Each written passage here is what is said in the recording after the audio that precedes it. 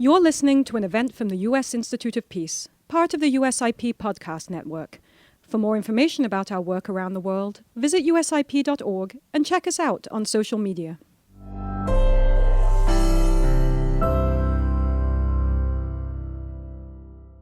Good morning from Washington, D.C. Thanks for joining today's online discussion about the political and social outlook for Vietnam in 2025. Here at the U.S. Institute of Peace, we've launched a Vietnam program for a few years now, since 2021, with a focus on U.S.-Vietnam relations and addressing both physical and political legacies of the war. This program was started on a request from Congress, particularly former Senator Patrick Leahy, as a way to promote people-to-people and government-to-government dialogue between our countries. It contributes to USIP's mission as a national, nonpartisan public institution, contributing to resolving violent conflicts around the world.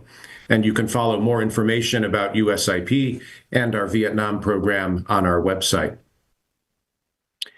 This coming year promises to be significant for Vietnam in several respects. The country will be marking a series of anniversaries. So 50 years since the end of the Vietnam War on April 30th, 1975, 30 years of normal diplomatic relations with the U.S., announced on July 11th, 1995, and 80 years since the 1945 revolution on September 2nd.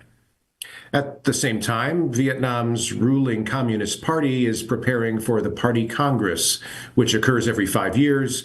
The next one, scheduled in January 26th, will be the 14th Party Congress. General Secretary Do Lam took office in August last year, following the passing of Nguyen Phu Trọng and the resignation or dismissals of a majority of the previous generation of leaders. Change is clearly in the air. And the last few months have been occupied with an ambitious government restructuring plan.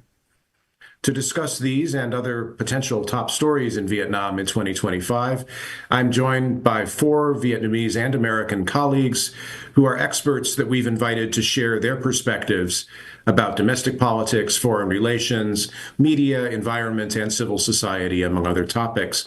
And, I've proposed some general questions for reflection, while leaving the details up to each presenter, who are all sharing their independent views, not on behalf of the U.S. or Vietnamese government or any other organization.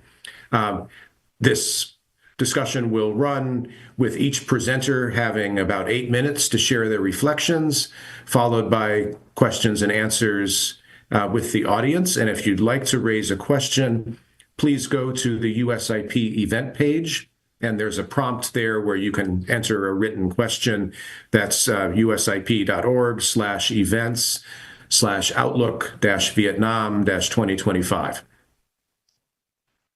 Our first speaker is Nguyen Hom Hai, who is a Fulbright scholar at American University here in Washington, visiting from Vinh University in Hanoi, where he teaches and researches on politics and international relations.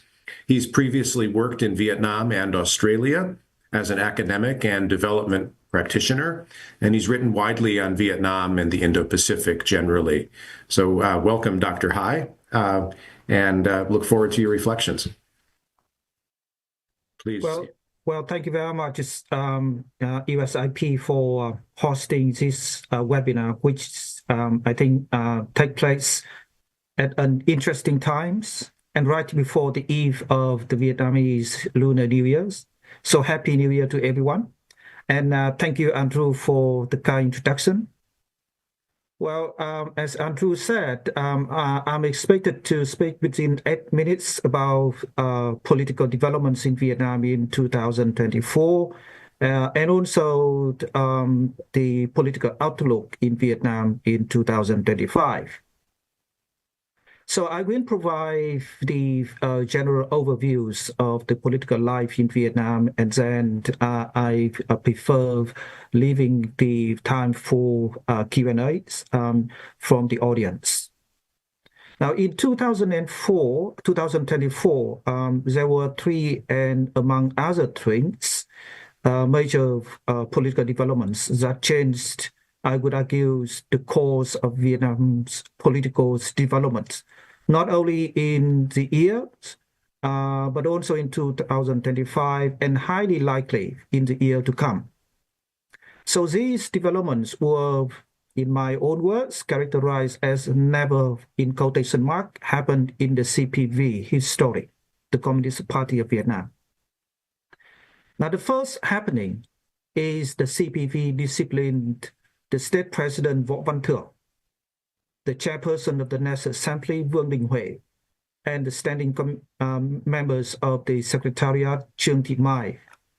So for those who are not familiar with Vietnamese politics, the state president, the chairperson of the National Assembly, are the two and ranked second and fourth respectively in the top or most popular and most powerful four positions normally do have the four pillars in the Communist Party rule regime.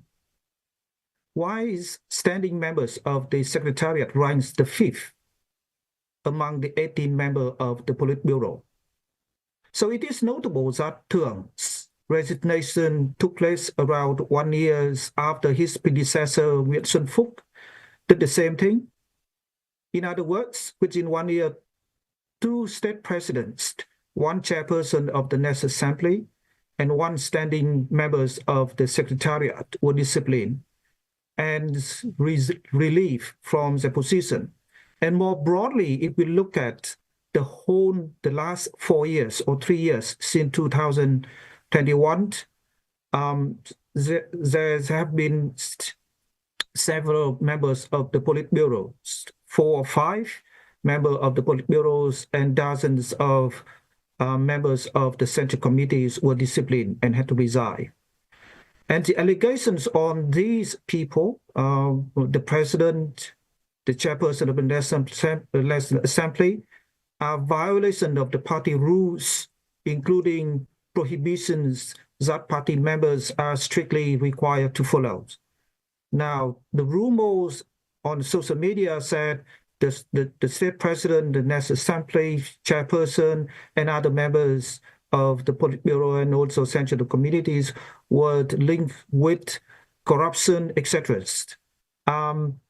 Now, in Vietnam's politics and polity, given the fact that the party and the government manages and controls all the media, so the rumors are the rumors, and we just know what happened until it happened. So the discipline and resignation of 3 high-ranking officers took place within 3 months, which had not been seen before, xin đổi mới, or even in the histories of the Communist Party of Vietnam. And it happened consecutively within a very short time that looked like a political earthquake, causing somehow psychological shocks in society. The second development is the passing of the incumbent CPV, General Secretary Nguyễn Phú Trọng. Now, General Secretary Trọng was perhaps the most popular leader in Vietnam since đổi mới because of his ethical lifestyle and leading a staunch anti-corruption campaign dubbed as Đốt Lò or Fierce Furnace. The campaign was launched from 2012 and was further intensified in 2016, bringing down and disciplining tens of thousands of party members and government officers, including the incumbent and retired officers. Many of them have been arrested, brought to court for trial, and put in prison. This also has never happened in the history of the CPV. So Trọng had a strong influence in the CPV power structures, and his sudden death was a new opportunity for change in leadership. So the installment of the new leadership is the third major political development in Vietnam following Trọng death. After President Võ Văn Thưởng was disciplined and resigned, Tô Lâm, the then Minister of Public Security, was elected to presidency in June. And after Trọng passed away, Lâm was elected to the top party job, Secretary General. So Lem's position to the state president and CPP General Secretary position within 2 months. Again, this never happened in the history of the CPV. So National Assembly, State President, Standing Committees, and the Secretariat and Politburo was also elected. So since August to the end of the year of 2024, the CPV continued what it called fulfilling the vacancy in leadership in the party and the government machinery, which include the chairperson of the National Assembly, as I said, the state president, the standing members of the Secretariat, and the Politburo ministers. So as we have seen that the government and the party is also conducting restructurings and streamlining the structures. Now, looking to the political developments or the political life in Vietnam in 2025. So 2005, as Andrew said, there's a lot of activities and very busy years for Vietnam and the CPV. And what I call is super busy year for Vietnam. The CPV, for instance, has identified 2025 as of special importance in the political life of the country, which bears a lot of activities, as Andrew mentioned. 95 years of the founding of the CPV, 50 years of the end of the Vietnam War, 135 birthday anniversary of President Ho Chi Minh, 80 years of the founding of the People's Democratic Republic of Vietnam, which is now the Socialist Republic of Vietnam. And of course, the local party congresses and the preparation for the 14th CPV National Congress in early 2026. Now, in the foreign relations front, the 30 years of diplomatic relations with the U.S., celebration of the 75 years of diplomatic relations with a series of countries, China, Russia, Poland, Czech Republic, etc. And at the moment, the party is also conducting, as I said, the streamlining of the state and party apparatus. And this webinar happened exactly on the same day when in Hanoi, the party is holding its plenaries, and it has elected new members of the Politburo and also new member of the Secretariat. So we can see that there's a lot of activities in 2025, and we can also see a lot of changes in 2025 and the years ahead. So I think all eyes now looking at the outcomes of the streamlining of the state and party apparatus, and also the preparations for the 14th Party Congress in early 2026. So I should stop here. It's 8 minutes for me, and I look forward to our conversation after that. Thank you. Great. Thank you very much, Dr. Hai, for that background on how we got to the current political situation in terms of the top-level leadership and what that means for the coming year.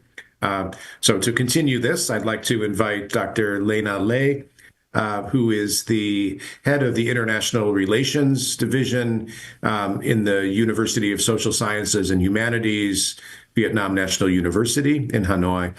And her research focuses on the Asia-Pacific region, ASEAN, and Vietnam's foreign policy. She's been a visiting scholar at Johns Hopkins SAIS, the University of South Australia, Australian National University, and the Stimson Center here in Washington. So welcome, Lena. Thanks, Andrew, and good morning, everyone. I would like to thank USIP for hosting this event and providing me with the opportunity to share my insights into on Vietnam's evolving foreign policy. And also, I would like to say Chúc mừng năm mới, everyone. Happy New Year's. So today we'll be discussing about Vietnam foreign policies, its achievements over the recent years. What I mean by saying recent years, because I want to look into Vietnam foreign policy after the 30th National Congress in 2020. 2021 until now, and then some strategic outlook for the 2025. So Vietnam foreign policy is guided by the overarching vision outlined in the 13th National Congress of the Communist Party of Vietnam. And for those who might not remember, I will just recall it. It is characterized by independence, autonomy, multilateralizations, and diversification, proactive and active in international integrations in a comprehensive and intensive, extensive, and efficient manner. And the concept of bamboo diplomacy has become the defining metaphor, symbolizing flexibilities, resilience, and rootedness of Vietnam foreign policy. So from my point of view, the achievements of Vietnam's foreign policy has been, reflected into areas. One is political security diplomacies, and the other one is economic diplomacy.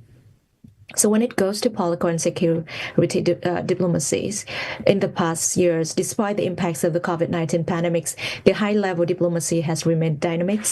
As of December 2024, Vietnam's leadership engaged in 260 diplomatic activities, and especially between September 2023 and June 2024, the country hosted a series of high-profile visits from world leaders.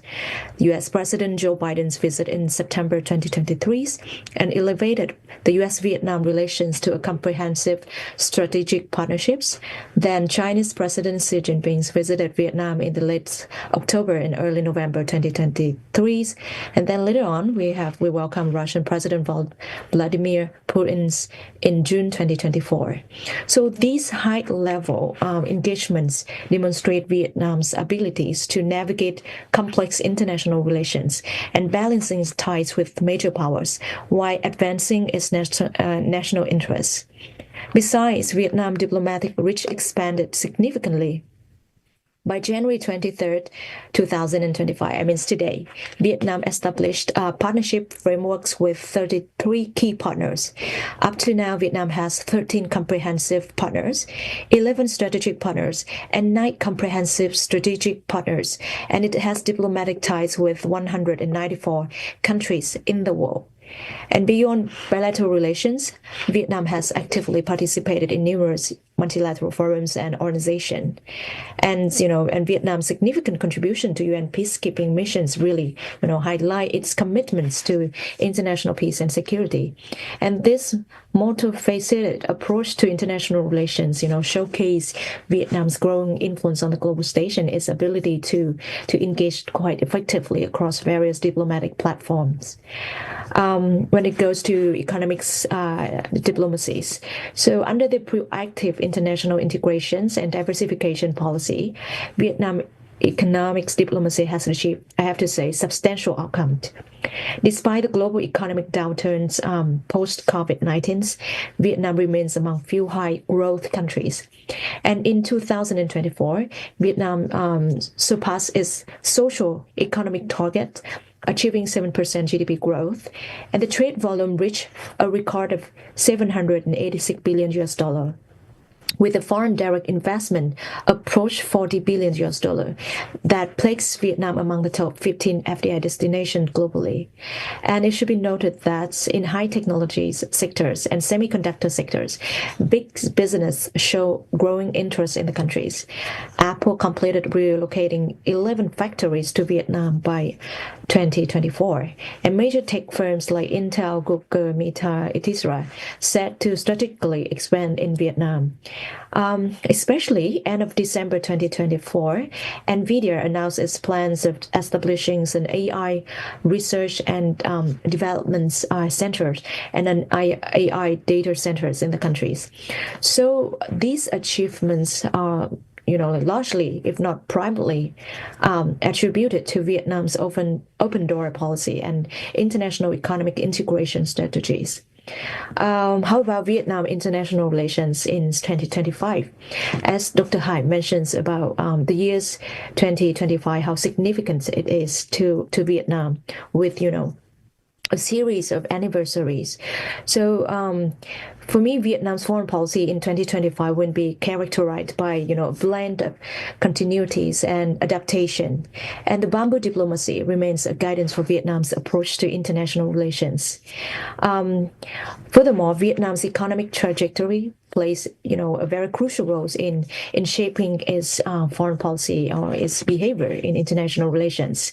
So this economic strength provides a very solid foundation for Vietnam's diplomatic endeavors and allowing Vietnam to engage more confidently on the global stage. So the country's foreign policy in 2025 is expected to focus on several key areas. Firstly, Vietnam will, I think, continue to pursue its strategies of diversifications and multilateralizations of international relations. This approach aims to, balance relationships with major powers, particularly in the context of intensifying competition between United States and China. That is what we can, foresee, especially under the Trump's administration. And by maintaining good relations with both nations, as well as other regional and global partners, Vietnam seeks to safeguard its interests and, avoid over-reliance on any single countries. Secondly, the economics diplomacy remains a cornerstone of Vietnam foreign policy. As the country strives to become an upper middle income nation by 2030s and high income nation by 2045, it will leverage its diplomatic ties to attract foreign investment, particularly in high-tech sectors. And then lastly, Vietnam foreign policy in 2025 will also continue to emphasize its, active participations in multilateral forums, particularly ASEAN. As a proactive members of the regional bloc, Vietnam seeks to contribute to peace, stability in the regions, while enhancing its own international standing. So in 2025, I think Vietnam might face kind of challenge in, still balancing the relation with major powers and also addressing kind of territorial dispute in the South China Sea. And also Vietnam also have to deal with, managing domestic expectation from the government structures. However, I think in the domains of international relations, Vietnam's bamboo diplomacy approach, which characterized by flexibilities and resilience, will provide a framework for addressing these challenges while pursuing national interests. So I will stop here and looking forward to the Q&As and the discussion. Thank you. Thank you, Dr. Lena. Yeah, that's a fantastic overview of Vietnam's foreign policy approaches and what may be coming in the next year. So from sort of top-level politics and foreign policy, we'll move now to social and state society relations in Vietnam now. And our next speaker is Dien Luong, who is a Ph.D. student now at the University of Michigan and is also a visiting fellow at the ICEAS-Yusof Ishak Institute in Singapore. Dien's research explores how authoritarian regimes use new technologies to justify state control. He earned his master's in journalism from Columbia University as a Fulbright student. Dien, over to you. Welcome. Thank you, Andrew. And a very warm good morning to you all from Ann Arbor, Michigan on a freezing cold day. So let me share my slide. Okay, can you see my slide now?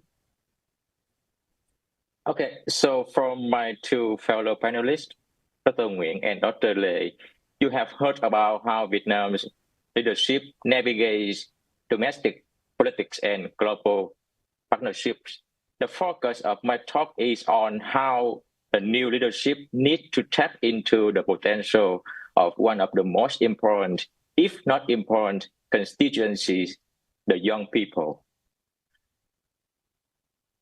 Last September, just in his first visit to the U.S. as the General Secretary of the Communist Party of Vietnam, Tô Lâm was speaking at Columbia University World Leader Forums. In response to a question about what Vietnam should do to engage overseas Vietnamese students, Lâm highlighted that overseas Vietnamese students don't necessarily need to return to Vietnam to contribute. They can do so from wherever they are. Yes, you may say this statement is largely political rhetoric, but still, it does mark a departure from the traditional calls of other top leaders for overseas Vietnamese students to return. And it is even in sharper departure to Lam's predecessors, Nguyễn Phú Trọng, who often voiced concern about, quote unquote, the political apathy or the political detachment of young people. In a broader sense, Lam's statement somehow reflect his leadership style, which prioritized pragmatism over ideology. And this leadership style with a younger generation who, according to a recent regional survey, also value political stability and economic progress. Just this week, the ISEAS-Yusof Ishak Institute released a survey about insights from youth in 6 countries in Southeast Asia, namely Indonesia, Malaysia, the Philippines, Singapore, Thailand, and Vietnam. Of the key findings, Vietnamese youth stand out as the most patriotic, the most trusting of their government, and the most economically optimistic in the region. These sentiments present a good chance for the Vietnamese leadership to rally them at the time the leadership needs them the most. Here is why. Unwavering patriotism, according to the survey, Vietnamese youth lead the region in concern for national sovereignty, 91%. This finding is good news for a regime that has been always seeking to encourage patriotic nationalism among its young people in order to push its legitimacy. When it comes to trust in government, nearly 9 in 10 Vietnamese youth leaders express satisfaction with Vietnam's political system, the highest in the region, along with their Singaporean peers. And this finding is particularly reassuring for To Lam, who took power after rare political upheavals, like Dr. Nguyen has mentioned, in Vietnam. And indeed, in Vietnam, political stability has never been more important. But interestingly, 44% of Vietnamese youth agree with the statement that democracy is the best system of governance. Yeah, to be sure, 44% doesn't seem too bad, but in fact, it is the lowest in the region. But speaking from the perspective of the Vietnamese party state, this finding is also reassuring for a regime that has always been concerned about the prospect of youth-led movement that could overthrow autocratic regimes. I was referring to the popular uprisings in North Africa, the Arab Spring over a decade ago, or the multi-alliance across Asia several years ago. But when it comes to the economic outlook, youth are the most optimistic in the region about their country's economic future, with 90% expressing confidence in their government development plans. Again, this pragmatic outlook aligns well with To Lam's focus on economic growth, not ideology, as the foundation for the party's longevity and stability. But despite all these findings, Lam still faces a complex challenge: the legacy of repressions under Nguyễn Phú Trọng, in which Lam was considered a key enforcer as a former Minister of Public Security, the head of Vietnam security apparatus. And indeed, under Nguyễn Phú Trọng, sweeping crackdowns on mainstream media, cyberspace, or civil society created a climate of change that continues to stifle meaningful engagement. According to the ICEAS survey, Vietnamese youth are the least likely to sign petitions or participate in online political organizing in the region. In another separate study I did, after a wave of arrests of high-profile environmentalists in 2021, digital activists in Vietnam have indeed avoided framing their message as a way that called for collective action in an apparent bid to avoid confronting the government. That might partly explain why there has not been any real flag street protests in Vietnam since 2018. But moving forward, and at the end of the day, the Vietnamese leadership seemed to have a genuine opportunity to genuinely engage Vietnamese youth. But doing so would require and sustained effort that reforms on reopening civic space for dialogue, easing restrictions on digital activism, and creating platforms for youth participation in policy making. And indeed, given the context of Vietnam, empowering a patriotic or pragmatic youth to actively engage in civic life doesn't pose any threat to the regime. On the contrary, it would only bolster the regime's performative legitimacy and stability. Whether To Lam or whoever in power embrace this opportunity or choose to keep the status quo is an open question. And for now, I'm not trying to be not too pessimistic, but at the same time, I don't want to come across as overly optimistic. So I think it's best to conclude my talk with that open question. And I look forward to your question later on. Thank you. Thank you very much. And I just remind everyone who's listening to please go to the USIP event page on the website to write questions, which we will discuss after our final speaker, who is Professor Mark Sidel, and he is Professor of Law and Public Affairs at the University of Wisconsin-Madison and a board member at the International Center for Not-for-Profit Law, among other positions. Professor Sidel has been active in Vietnam since 1991, including with the Ford Foundation. He's written widely on philanthropy and civil society in Vietnam, China, India, and the United States.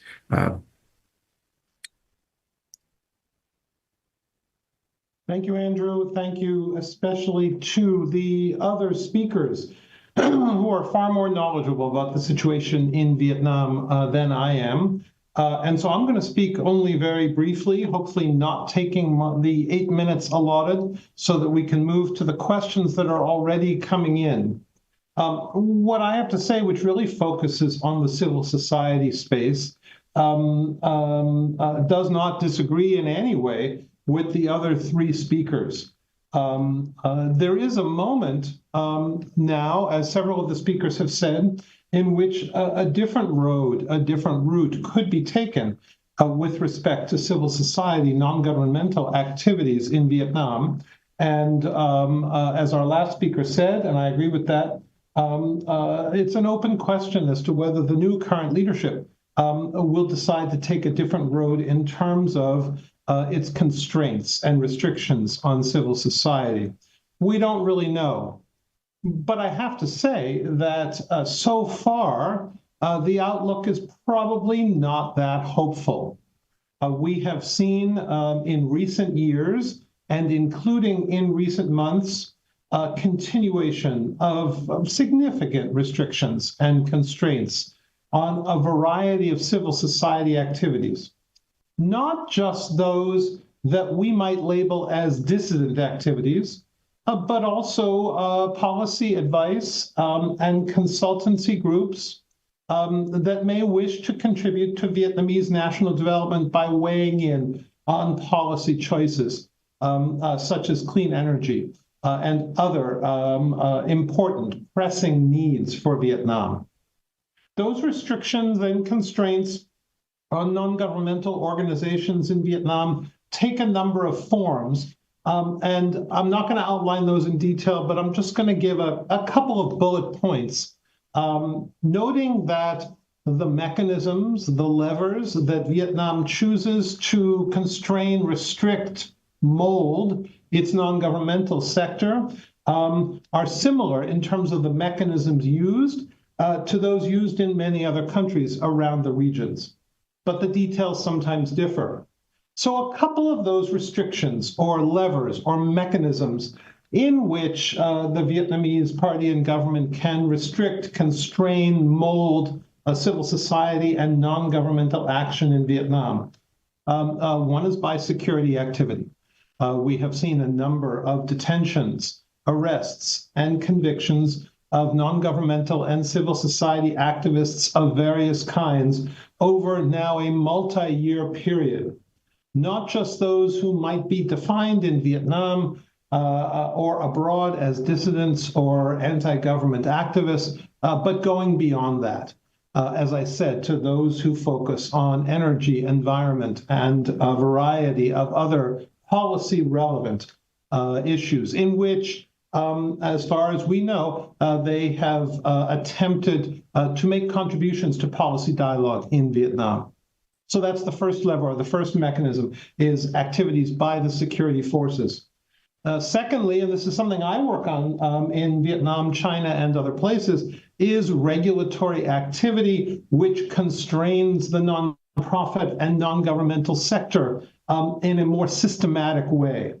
We have a number of examples of that in Vietnam, including some recent examples. We have long-term restrictions on the formation and activities of non-governmental organizations in Vietnam, adapted and somewhat strengthened recently by the new Decree 126 on the activities and regulation of non-governmental groups in Vietnam. We also have continuing restrictions on overseas non-governmental and philanthropic groups operating within Vietnam. That is both by regulatory activity, but also by activity in practice by regulators, which has tended to cause some frustration and confusion in the overseas non-governmental community about what is permitted in Vietnam and getting the permits for various kinds of activities. So restrictions on domestic groups, Decree 126 being the most recent iteration of that, restrictions sometimes more in practice than in text, on overseas non-governmental groups, and then a variety of other means that are used to constrain non-governmental or civil society citizen action. There's a new report out, for example, from a Bangkok-based group, the 88 Project, which has worked on these issues in Vietnam.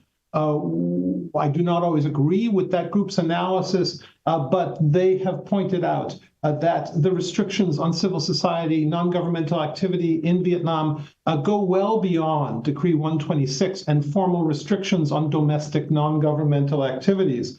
They include the cybersecurity law, the law on the press, the law on information technology, the law on telecommunications, and a variety of other statutory and regulatory mechanisms that may constrain citizen action. So those are three levers, three mechanisms: restrictions on domestic organizations, restrictions in practice or in text on foreign organizations working in Vietnam that make things more difficult, and a variety of other mechanisms. Let me point out that there's an analogy between these mechanisms, restrictions, constraints in Vietnam, and what is occurring in China and in other places around the Asia-Pacific region, where we see these four fundamental tools: actions by the security forces, regulatory constraints on domestic organizations, regulatory and practice constraints on overseas organizations, and a broad umbrella or panoply of other mechanisms that can be used: data protection, cybersecurity, and lots of others, to restrain civil society activity. That's playing out in real time. We see people continuing to be taken and some released. Sometimes those releases are negotiated with the United States, for example. We have seen that recently. Vietnam, like China, has a policy of keeping a reservoir of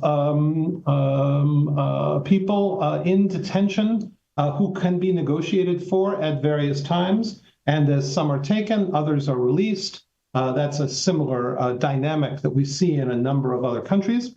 And I think there's no reason to think that these kinds of levers and mechanisms are going to stop. But as with the previous speaker, I'm going to leave that as an open question, with the hope that as the political situation stabilizes in Vietnam after a period of a considerable tumult, as we have seen from the previous speakers, one can hope that the current new Vietnamese leadership sees a more positive role for non-governmental and civil action in Vietnam, and we'll have to wait and see if that develops. I can't personally be that optimistic about that myself, but I will leave it, as Yen did, as an open question. And with that, Andrew, I'm going to stop and leave it for questions. Thank you all very much. Andrew, thank you for organizing this, and the wonderful staff at USIP. Great. Thanks to all of our panelists for your insightful and diverse views. And we've gotten a number of excellent questions coming in that are tough to choose among. But I want to start with where Vietnam positions itself in the U.S.-China competition and how that could play out as we enter a second Trump administration. Is Vietnam totally neutral? Or is there a chance that Vietnam might lean towards one or another major power in some aspects? Lena discussed this a little in her remarks, so maybe I'll start with Hai, and then other panelists feel free to jump in. All right, thank you very much, Andrew. Well, I think it's very interesting questions, and this kind of questions, I think, is a recurrence and repeated all the times. Let me just, quote what, interesting in a way that 2 days ago, the same question was asked to Prime Minister Phạm Minh Chính in Davos, Switzerland. The financial reporters asked him, what is the positions of Vietnam between China's and the United States? Kind of media this is the interesting one. Yeah. And I'm not in the positions of the governments of Vietnam, but this is what Phạm Minh Chính said. Well, Vietnam's foreign policy is to be a independence, autonomous, multilateralization, diversification, be a good partner, reliable partners, etc. Right? So this is the foreign policy, and Prime Minister Phạm Minh Chính said. Now, and also on the 18th of January, there was a telephone call between Secretary General Tô Lâm and Xi Jinping in exchange of the congratulations of the 75 years of diplomatic relations between the two countries. And Secretary Tô Lâm said, with China, Vietnam plays or give priority. And on the other occasions, Vietnamese leaders said in the relationship between Vietnam and the U.S., Vietnam considers the relationship between Vietnam and the U.S. as a strategic choice. So you can see for Vietnam, both China's and the United States are very important partners. They don't want to take side with China's or with the United States. This is important. I think that also a lesson in the past for Vietnam. But of course,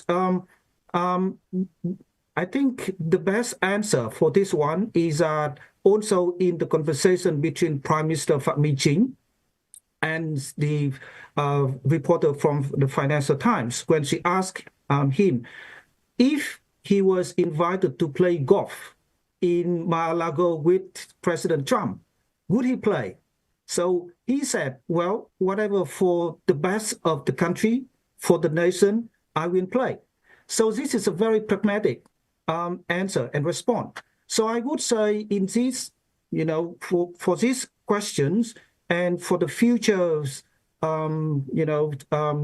relationship between Vietnam and China and where Vietnam stand between in the context of the competition between China and Vietnam is that whatever the best for Vietnam, then Vietnam will do. That is the pragmatic way. And you often hear that Vietnamese leaders always emphasize national interest should be put on the top of Vietnam diplomacy. So that is my response to that. Great, thanks. Well, and we'll come back to you later with an analysis on the golf game of various top leaders. But does anyone else want to respond to this question about U.S.-China competition and Vietnam's position?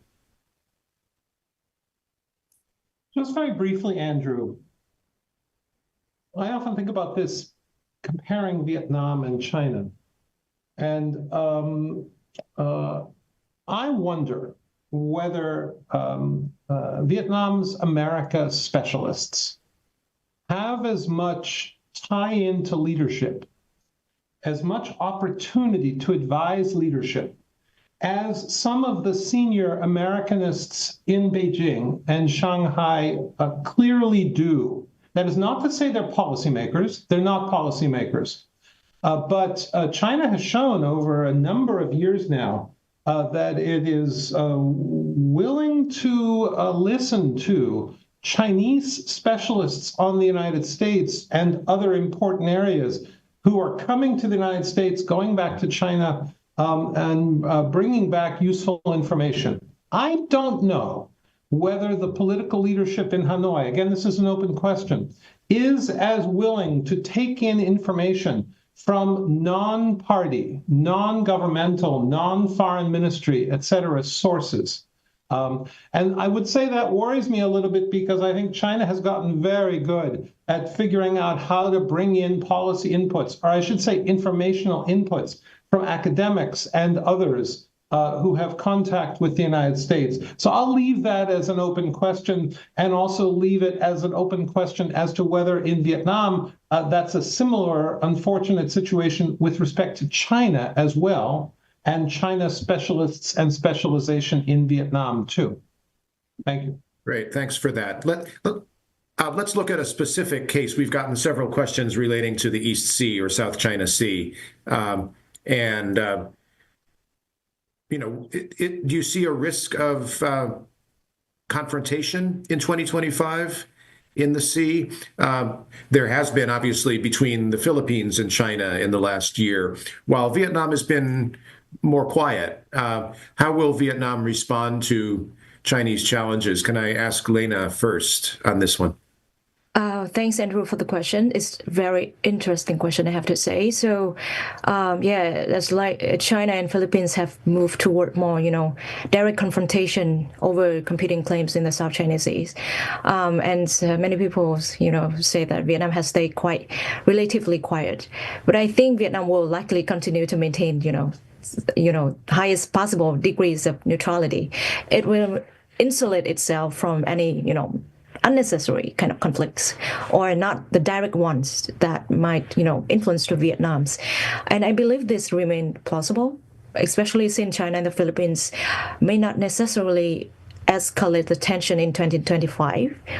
I think so because, China need to carefully consider how to respond to the U.S. new policy under President Trump administrations, And also there are some kind of other reason lead me to that belief that there will be, there might be some clash, but not that, huge violence or, anything kind of prone to the war. Because China's strategic interest thus far lies in, avoiding wars in South China Sea. Approximately 40% of China import and export trade flows through the maritime routes in the regions. So the consequence of conflicts in South China Sea would be very unpredictable and far-reaching. And therefore, China's most, effective strategy is, salami slicing and also using gray zone tactics. And besides, if China want to use military force, in a kind of larger, using a lot like war, the situation, I think it would have done it before because the situation has been less favorable since the onset of the Russia-Ukraine conflict now. China's, I don't think, is likely to risk to be, international isolated or receive condemnations and sanctions similar to what Russia fakes. So that is what my, ideas. I don't know. I'm just hope listening to others. Would anyone like to add on that? Okay, hi Yeah, first. I just want to add briefly that, well, I think in this case, from the Vietnamese point of view, I think Vietnam has taken a very smart tactics, in the sense that, of course, Vietnam is not quite, quiet, in the sense that it also raised concerns in one or another occasions. For instance, in regional forums, Vietnam also very concerned about the complicated situation in the South China Sea, and also if you pay attention to the meetings of Vietnamese leaders in all their foreign relations activities, they all were very concerned about it. And their own way, that's the one way in order to draw attention from the international community to the situation in South China Sea. So I think this is a smart way of conducted by Vietnam's, like in the case of Russian invasion of Ukraine. Many people say Vietnam, doesn't protest Russia. But from my point of view, Vietnam position is very clear. Vietnam is not happy with Russian invasion of Ukraine in many sense, because it only way emphasize the international law, not use of force, etc., and sovereignty. And more importantly, Vietnam's leaders have met Ukraine presidents in many times. So it clearly shows, the Vietnam approach in a smart way in diplomacy, and also that is the approach that Vietnam always take in order to address in a very complicated, a very dangerous world today. So as a follow-up to this, how important do you all think ASEAN as a regional mechanism and other mechanisms like BRICS, right, which Indonesia is joining and Thailand and Malaysia are becoming partners, as well as other global and regional mechanisms. Is that a priority for Vietnamese foreign policy? Can I point at Dien first and then others? Sorry, this question is not quite in my wheelhouse, but Okay. can I answer the question about the U.S.-China rivalry, or do we have time for that, or just leave it for the ASEAN question? Because I want to build something on I'll come back to you. So maybe, Lena, if you want to respond to the ASEAN and BRICS question then. Yeah, so I found the question about ASEAN is interesting because, Vietnam is trying to diversify its relations and oppose, multilateral kind of organizations. Vietnam is likely to leverage ASEAN mechanisms strategically to advance its interests and, objective while navigating the complex dynamics of U.S.-China competition. ASEAN is actually another way that helped Vietnam's. So some key ways that Vietnam leaders may utilize ASEAN is, firstly, promoting ASEAN centrality. Vietnam will likely continue to emphasize ASEAN's central role in regional affairs to maintain, strategic autonomy. Then also about Vietnam may use ASEAN economic mechanism to boost growth and reduce dependence on any single power, even though it's really hard because China and U.S. still there's two top kind of trading partners of Vietnam, and ASEAN also provides Vietnam a frameworks to engage major powers while maintaining strategic flexibilities, using ASEAN central multilateral forums to engage both U.S. and China at the same time, and Vietnam may also utilize ASEAN in several ways to isolate itself from U.S.-China rivalry, like, as I mentioned, emphasize ASEAN unity and centrality to resist bilateral pressure from major power. So that is how Vietnam is now. I think there's a lot of benefit for Vietnam in when it goes to ASEAN. And since I mentioned somewhere, ASEAN since 1995 is still one of the mechanisms that Vietnam have been very proactive because it's bring a lot of, kind of benefit for the countries. So that's my viewpoints. What else should I say? Or I think other people might have another. Yeah, let's go back to Dien then and ask what you wanted to share about U.S. and China. And also another question we got, which relates to your presentation, is how do you explain the low support for democracy in Vietnam with young people, and has that changed from previous years? Okay, so the first question, I just want to follow up on what others have said about the U.S.-China rivalry. When it comes to covering the U.S.-China rivalry, the Western media has somehow fallen into a somehow simplistic framing, like and pro-China, pro-U.S., or either way. But if you look at how Vietnam treated bilateral ties with China, it needs to be looked at in a more complex and nuanced way. The Communist Party views China as an ideological ally. The government views China somehow as an unreliable partner. And yes, the public view China as a constant threat to their sovereignty, like the case in the South China Sea. The same applies to the U.S., and I want to refer back to the speech by Prime Minister Chính at Davos. Despite all the Chinese statement on U.S.-Vietnam ties, he did make a point about the legacy of the Vietnam War. And he did highlight that the U.S. still had to be responsible for the war damages during the Vietnam War. So when it comes between Vietnam, U.S., and China, there are certain positions that Vietnam is still very firm, and it depends on where you look at. That's my point.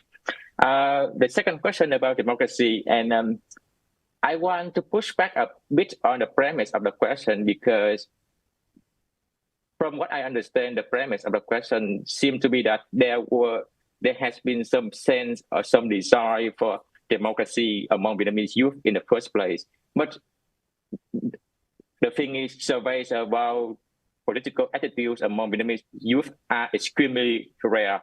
So we don't know exactly if Vietnamese youth had in the first place the aspiration for democracy. This is not to dismiss your idea. I'm just raising the question as somehow to provide some food for thought, but some reference. In 2007, the first year after Trump took office, a Pew survey showed that the highest support for Putin and Trump was found among Vietnamese public. Just some reference. But again, my point is we don't have enough data to say that whether the sense of democracy has been in decline or rising among Vietnamese youth in the first place. Thank you. And final question or questions for Mark first, relating to civil society. So a couple questions.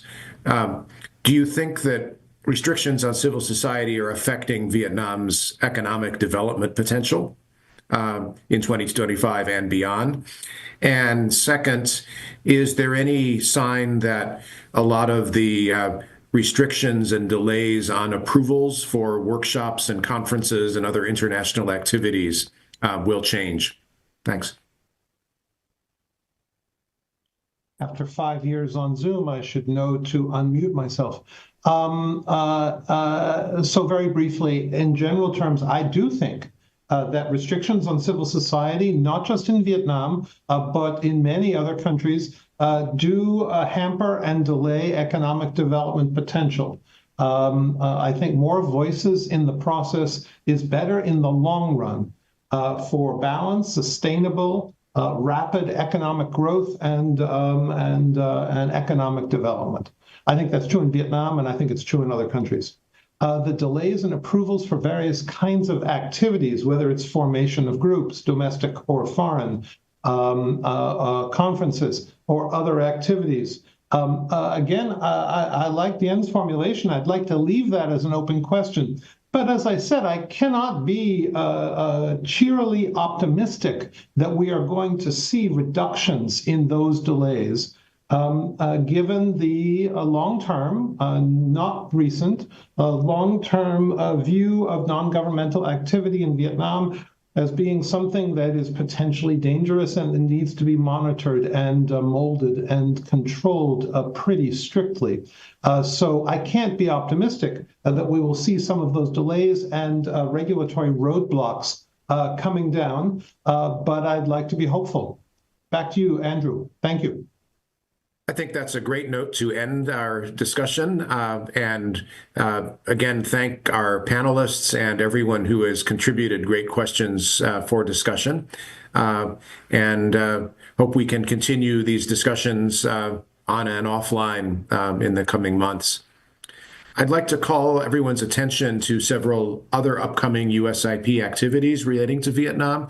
The first is we have an essay contest that's open from now through February 15th.